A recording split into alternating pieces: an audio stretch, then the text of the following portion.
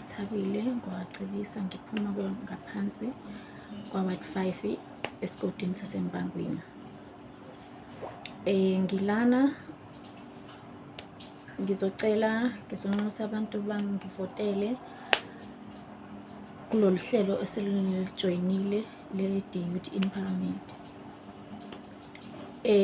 Lapho esibuka khona intsha ayikwazi uku-improve, ngize lana for ukuthi ngizosiza ukuthi i-improve kwezemfundo, zokucijwa kwamakhono, kuphinde kube nento ekuthiwa i-GBV, lapho kubulawa khona iy'ngane, yintsha, kuhlukunyezwa abantu, isikakhulukazi abesimame.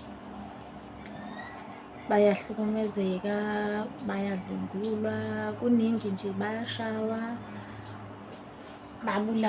babulakiswe kwey'mpukane. Ngize lana nje for ukuthi ngicela ningivotele siqede konke lokhu okwenzakalayo. Ngithande futhi ukuthi ngiphinde ngisize intsha leyo esafufusa, ethanda ukwenza izinto like kuma-sports and arts and culture, ikwazi ukuthi ikhule, indlondlobale, siyibone nathi benza izinto kwezinye iy'ndawo, forum zabantu. Ngiphinde futhi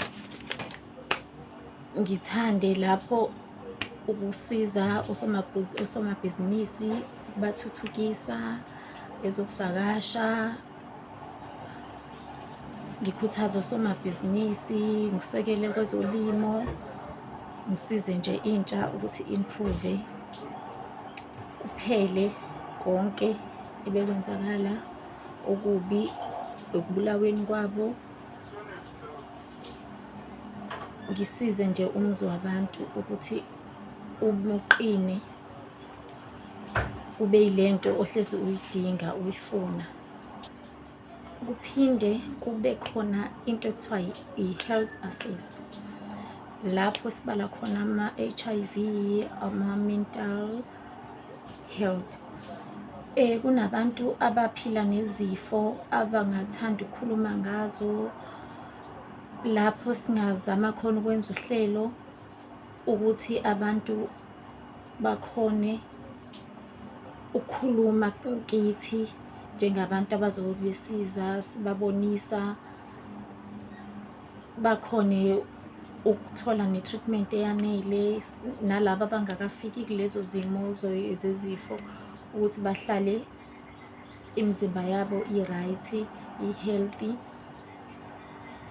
sikhone ukuthi sibasize lapho ukuze bahlale bephilile nje beyimqemane, bangaloke behlezi benaleyo nto uma behamba ebantwini ukuthi mangihamba kanje ngathi kubanjani. Cha, lokho kufuneka kuphele.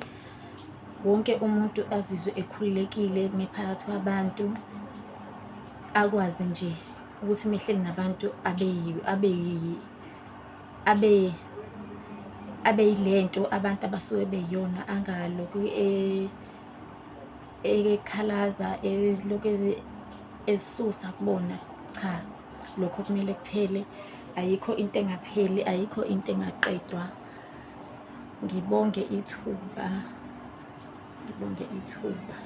Ngiphuma ku-Ward 5 mina, ngaphansi kwesigodi Samachi eMpangweni, Ward 5. Ngiyabonga.